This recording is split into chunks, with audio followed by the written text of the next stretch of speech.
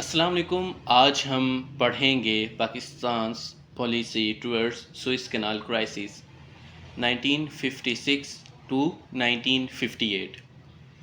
हम आपको पाकिस्तान की तारीख़ एक तरतीब के साथ पढ़ा रहे हैं।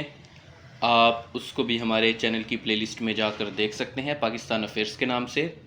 इसके अलावा पाकिस्तान की खारजा पॉलिसी को अच्छे तरीके से समझने के लिए हम उसकी तारीख़ आपको स्टेप बाय स्टेप पढ़ा रहे हैं, और वो भी आप हमारे चैनल की प्लेलिस्ट में जाकर देख सकते हैं। तो चैनल पर बार बार आने के लिए और वीडियोस देखने के लिए आप सभी लोगों का बहुत बहुत शुक्रिया। हम उम्मीद करते हैं कि आपको हमारी ये मेहनत, ये काविश, ये लगन, ये जुस्तजू पसंद आती होगी। आप हमें फ़ेसबुक, इंस्टाग्राम के ऊपर फॉलो कर सकते हैं। ख़वातीनो हज़रात, ये हमारी दुनिया का नक्शा है, और खारजा पॉलिसी और जियोपॉलिटिक्स दोनों को समझने के लिए दुनिया के नक्शे को समझना बहुत ज़रूरी है, जो कि दूसरी जंग अज़ीम के बाद वजूद में आया है। हर एस्पायरेंट के पास, चाहे वो वन पेपर का है, पीएमएस का या सीएसएस का है, या किसी भी कम्पिटिटिव एग्ज़ाम की तैयारी कर रहा है, उसके पास दुनिया का map in 2D and 3D लाजमी होना चाहिए। 3D यानी कि ग्लोब की फॉर्म में, और 2D यानी कि जैसे कि ये पिक्चर आपको नज़र आ रही है, इस फॉर्म में होना चाहिए। तो ये हमारे पास पाकिस्तान है, जिसकी खारजा पॉलिसी हम पढ़ने जा रहे हैं। ख़वातीनो हज़रात, Suez canal crisis Middle East का मामला है। मिडल ईस्ट है तुर्की, सीरिया, जॉर्डन, लबनान, इसराइल, मिस्र, सऊदी अरेबिया, यमन, ओमान और ईरान। जिसमें हमारे पास जो तुर्की का ये इस्तांबुल से इस तरफ वाला इलाका है, ये यूरोप का पार्ट है, और इजिप्ट का यहाँ से लेकर ये जो सारा हिस्सा है, ये अफ्रीका का पार्ट है। जबकि इजिप्ट का ये जो सराय सीना है, ये एशिया का पार्ट है। आप यहाँ पर इजिप्ट को छोटे और बड़े हिस्से में देख सकते हैं। और जो सराय सीना है, इसी की वजह से मिस्र और इसराइल के दरमियान लड़ाई झगड़ा भी हो चुका है, जिसके बाद एक मुआहदे के तहत जब इजिप्ट ने इसराइल को तस्लीम कर लिया था, तो जो सराय सीना का पेनिनसुला है, ये इजिप्ट को दे दिया गया था। इस सराय सीना और मेन इजिप्ट लैंड के दरमियान सुएज़ कैनाल वाक़या है। इसी कैनाल का क्राइसिस आज हम आपको पढ़ा रहे हैं। ख़वातीनो हज़रात, यहाँ पर आप देख सकते हैं कि यहाँ पर खित्ते में इस हिस्से पर आपके पास सुएज़ कैनाल मौजूद है। अगर मैं आपको और अच्छे तरीके से दिखाऊं तो आप यहाँ पर ये देख सकते हैं।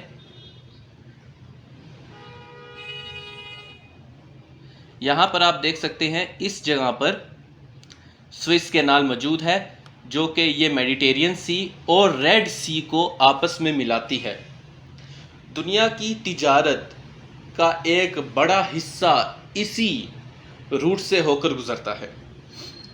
यूरोप की अफ्रीका और एशिया के दरमियान तिजारत, मतलब कि साउथ अफ्रीका का जो रीजन है, या नॉर्थ अफ्रीका के अलावा का जो रीजन है, वहाँ की तिजारत और एशिया के साथ तिजारत इसी रूट के तहत होती है। आप यहाँ पर इसको देख सकते हैं। यहाँ पर आपको और अच्छे तरीके से दिखाया जा रहा है कि सुएज़ कैनाल कहाँ पर वाक़या है। तो सुएज़ कैनाल ये मेडिटेरियन सी और ये आपके पास रेड सी, इनको जंक्शन प्रोवाइड करती है, इनको कनेक्ट करती है। अगर आप यहाँ से देखें, ये मेडिटेरियन सी जो कि यूरोप और अफ्रीका के दरमियान वाक़या है, और रेड सी जो कि एशिया के एरिया, मिडल ईस्ट और अफ्रीका के दरमियान वाक़या है। यहाँ पर स्क्रीन के दाईं जानब आप देख सकते हैं कि यह आपको रूट दिखाया जा रहा है सुएज़ कैनाल का। यहाँ पर आप इसका रूट देख सकते हैं। ये वो सुएज़ का मकाम है जिसकी वजह से सुएज़ कैनाल इसे कहते हैं। और जहाँ पर सुएज़ कैनाल का हिस्सा रेड सी में मिल रहा है, उसे गल्फ़ ऑफ सुएज़ कहा जाता है। और यहाँ पर जो एक लेक वाक़या है, उसे ग्रेट बिटर लेक कहा जाता है। अगर एमसीक्यूज आए कि ग्रेट बिटर लेक कहाँ वाक़या है तो वो स्विस कैनाल में वाक़या है। और इसके अलावा अगर ये पूछा जाए कि इस्माइलिया कहाँ पर वाक़या है, जो एक छोटी सी लेक है, तो वो भी स्विस कैनाल के अंदर ही मौजूद है, आप यहाँ पर देख सकते हैं। तो जो ख्वातीनो हज़रात स्विस कैनाल का क्राइसिस है हमारे पास, वो हुआ था बरतानिया, फ्रांस, इसराइल का इकट्ठा झगड़ा मिस्र के साथ 1956 में, जो कि 1958 में ख़त्म हो गया था। तो कौमियत पर पसंद तहरीक उस वक्त मिस्र में बहुत अरूज पर थी। कौमियत पसंद तहरीक मतलब कि nationalism, the movement of nationalism को कौमियत पसंद तहरीक कहते हैं और नेशनलिज़म को कहते हैं कौमियत। तो कौमियत की तहरीकें उस वक्त पूरी दुनिया में जोबन पर थीं और उसी कौमियत की बुनियाद के ऊपर दुनिया में मुल्क वजूद में आ रहे थे और इसी वजह से इस्लामिक नेशनलिज़म के ऊपर पाकिस्तान वजूद में आया था। टू नेशन थ्योरी असल में क्या है, वो इस्लामिक नेशनलिज़म है। इस्लामिक नेशनलिज़म से मुराद ये है कि इस्लाम एक अलहदा कौम है और हिंदुइज़्म एक अलहदा कौम है। ये टू नेशन थ्योरी और इस्लामिक नेशनलिज़म ये है कि दुनिया में जहाँ भी मुसलमान हैं ये एक ही कौम है। लेकिन जो टू नेशन थ्योरी है वो ये बताती है कि हम मुसलमान हिंदुओं से किस तरह लेना है। तो उस वक्त के जो प्रेसिडेंट थे, प्रेसिडेंट अब्दुल नासिर, तो उन्होंने क्या किया था, उन्होंने नेशनलाइज कर दिया था स्विस कैनाल को, जिसकी वजह से वो काफ़ी पॉपुलर भी हुए थे। और स्विस कैनाल को अपने कंट्रोल में लेने का मतलब ये था कि दुनिया का जो तिजारती रूट है वो अब मिस्र के कंट्रोल में आ जाएगा। तो ये बात बरतानिया और फ़्रांस को बिल्कुल पसंद नहीं थी, क्योंकि बरतानिया और फ़्रांस की बहुत ज़्यादा तिजारत नॉर्थ अफ्रीका और फिर जो नीचे वाला अफ्रीका का रीजन है, साउथ अफ्रीका और मिडल ईस्ट और एशिया के साथ होती है। और स्पेशली जो ब्रिटेन एंड फ्रांस की एशिया के साथ और मिडल ईस्ट के साथ तिजारत है वो होती ही स्विस कैनाल के थ्रू है। तो इनकी जो मंडियां हैं बरतानिया की, फ़्रांस की, वो मुतासिर हो सकती थी सिर्फ इस वजह से क्योंकि स्विस कैनाल जो कि ट्रेडिंग रूट है वो इजिप्ट के हाथ में आ गया है। तो बरतानिया, फ़्रांस और इसराइल ने मिलकर मिस्र के खिलाफ जंग की थी। और जो मिस्र और इसराइल के दरमियान जंग हुई थी इसे अरब सीनाई वॉर भी कहा जाता है। जैसे आपको बताया गया है कि ये मेजर रूट था ट्रांसपोर्टेशन का और ऑलमोस्ट जितना भी बिजनेस है दुनिया का वो यहीं से ही होता था। तो अगर देखा जाए 26 जुलाई 1956 को, ये डेट याद रखिएगा, प्रेसिडेंट अब्दुल नासिर ने ये फ़ैसला किया था कि वो नेशनलाइज करेंगे उन तमाम चीज़ों को जो कि इजिप्ट की मईशत के लिए ज़रूरी हैं, क्योंकि नेशनलिज़म का पहला मोटो यही होता है। जैसे कि हम पाकिस्तान है तो हम कहेंगे पाकिस्तान फ़र्स्ट, अमेरिका वाले कहेंगे अमेरिका फ़र्स्ट, इजिप्ट वाले कहेंगे इजिप्ट फ़र्स्ट। यानी कि अपने मुल्क को, अपनी कौम को, अपनी जोग्राफिया में जो मौजूद हमारा जो मुल्क है उसको पहली प्रायोरिटी रखना नेशनलिज़म होता है। तो 26 जुलाई 1956 को ये इक़दाम उठाया गया था। उसके बाद मिस्र पर जंग मुसल्लत कर दी गई थी। तो यहाँ पर हम आपको दिखाना चाहते हैं कि ये जो है ये हिस्सा, ये सराय सीना है, जिसको अभी मैं इनसर्कल कर रहा हूँ। यहाँ पर आप देख सकते हैं ये जो मैंने इनसर्कल किया है ये हिस्सा, ये क्या है, सराय सीना है। यहाँ पर जंग हुई थी मिस्र और इसराइल के दरमियान। और यहाँ पर वाक़या है स्विस कैनाल, यहाँ पर वाक़या है स्विस कैनाल, आप यहाँ पर देख सकते हैं। तो अब आप बहुत ही अच्छे अंदाज से देख सकते हैं कि स्विस कैनाल का क्राइसिस किस जगह पर हुआ था, क्यों हुआ था, और उसके बाद जो जंग हुई थी वो क्यों हुई थी, और जंग किन ममालिक के दरमियान हुई थी वो भी आपको अब तक समझ में आ गया होगा। यहाँ पर एक दफ़ा फिर आपको सिर्फ बताने के लिए, दिखाने के लिए पिक्चर्स दिखाई गई हैं। आप लेक्चर को पॉज करके इसको अच्छे तरीके से स्टडी कर सकते हैं। तो पाकिस्तान की फ़ॉरेन पॉलिसी को एनालाइज करने से पहले, उसका तज्ज़िया करने से पहले, ये बताता चलूँ कि पाकिस्तान की जो पॉलिसी थी स्विस कैनाल को लेकर वो वाजिया नहीं थी। वो वाजिया इसलिए नहीं थी कि पहले पाकिस्तान ने एक स्टांस लिया, फिर दूसरा स्टांस लिया और उसी के दरमियान वो उलझ कर रह गया। और इसके अलावा मैं आपको बताता चलूँ कि जो स्विस कैनाल है वो 1869 में फ्रेंच फाइनेंस ने बनाई थी। यह मतलब कि पैसा फ्रांस का था और इजिप्शियन कंपनी के पास उसका कंट्रोल था। इजिप्शियन कंपनी जो थी उसको कंट्रोल करती थी और जो पैसा था, जो कैपिटल था, वो फ्रांस ने लगाया हुआ था। तो यह आपने बात याद रखनी है कि ये कंप्लीट हुई थी 1869 में। इस डेट को याद रखिएगा। उसके बाद ब्रिटेन के जो प्राइम मिनिस्टर थे बेंजामिन, उन्होंने 1875 में इसको ख़रीद लिया था। ये डेट भी आपने याद रखनी है कि 1869 में कंप्लीट हुई थी, ऑपरेशनल हुई थी, और 1875 में उसके जो 44% शेयर थे वो एक ब्रिटिश प्राइम मिनिस्टर ने ख़रीद लिए थे, जिसकी वजह से अब फ्रांस के साथ साथ बरतानिया का भी उसके अंदर बहुत ज़्यादा स्टेक आ चुका था और बरतानिया और फ्रांस अपनी तिजारत इसी रूट के ज़रिए करते थे और यहीं से पैसा कमाते थे। लेकिन दूसरी जंग अजीम के बाद जो ब्रिटिश एम्पायर थी वो टूटना शुरू हुई और दुनिया में नेशनलिस्ट कौमें वजूद में आई, नेशनलिस्ट ममालिक वजूद में है। और जब 23 जुलाई 1952 को कामयाब मिलिट्री कू हुआ तो उसके बाद जब स्विस कैनाल को कब्जे में लिया गया तो उससे स्विस कैनाल क्राइसिस जन्म हुआ, जिससे इसराइल और इजिप्ट के दरमियान जंग हुई, जिसको अरब इसराइल वॉर भी कहते हैं।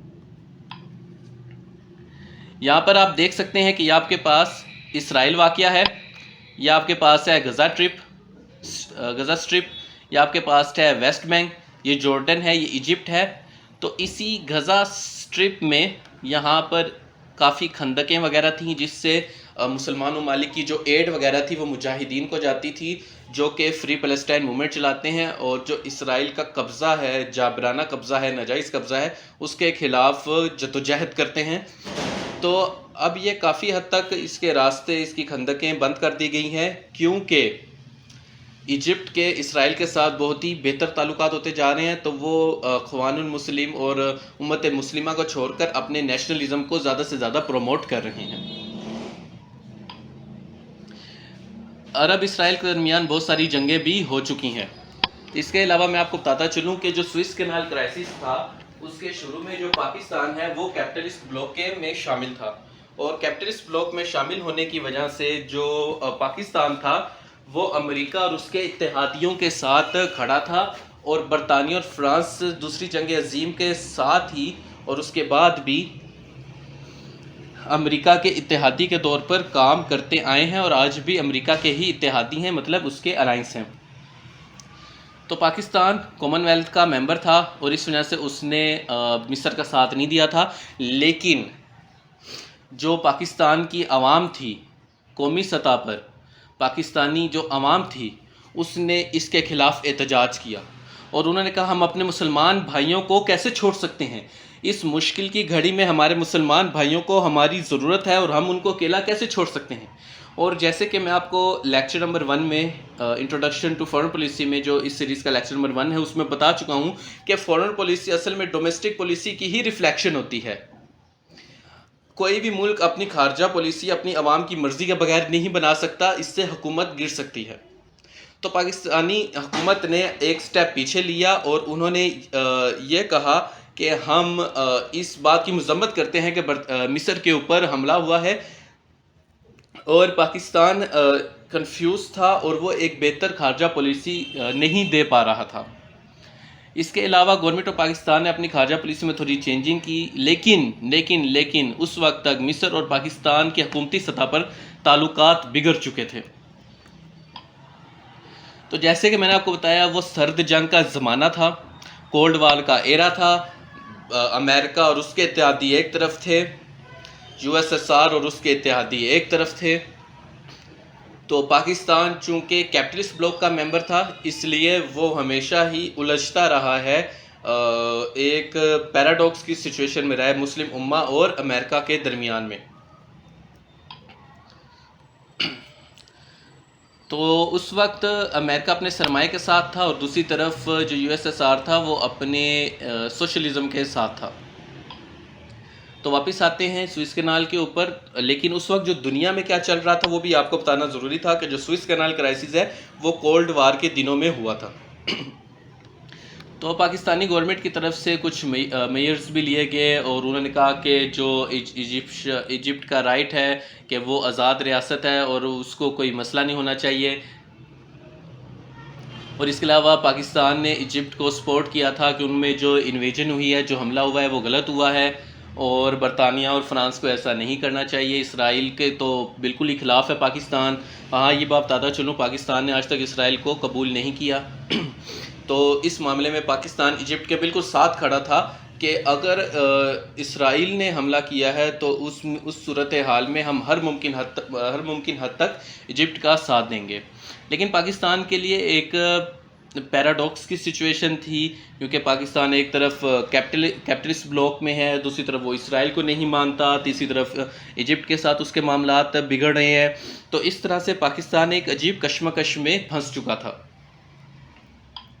लेकिन स्विस कैनाल का ओपन रहना पाकिस्तान के लिए भी ज़रूरी था, क्योंकि ग्लोबल सप्लाई चेन जब डिस्टर्ब होती है, जैसे कि हमने कोरोना वायरस के दिनों में देखा है कि जब भी ग्लोबल सप्लाई चेन डिस्टर्ब होती है, आलमी माल बर्दारी का निज़ाम मुतासिर होता है, ट्रांसपोर्टेशन मुतासिर होती है, तो उससे दुनिया में इन्फ्लेशन बढ़ती है, महंगाई बढ़ती है और जिससे गरीब आवाम महंगाई की चक्की में पिसता है। तो पाकिस्तान ने क्या किया था, पाकिस्तान ने कंडेम किया था और उसने कहा था कि ये जो इजिप्ट है उसके ऊपर हमला नहीं होना चाहिए था, ये गलत हुआ है, हर मुल्क को आज़ादी के साथ रहने का और ज़िंदा रहने का हक़ हासिल है। इसके अलावा उन्होंने कहा था कि ये इजिप्ट का हक़ है कि वो स्विस कैनाल को अपने कब्ज़े में ले। तो इसके अलावा उसने कहा था कि मामलात को बातचीत की मदद से हल किया जाए।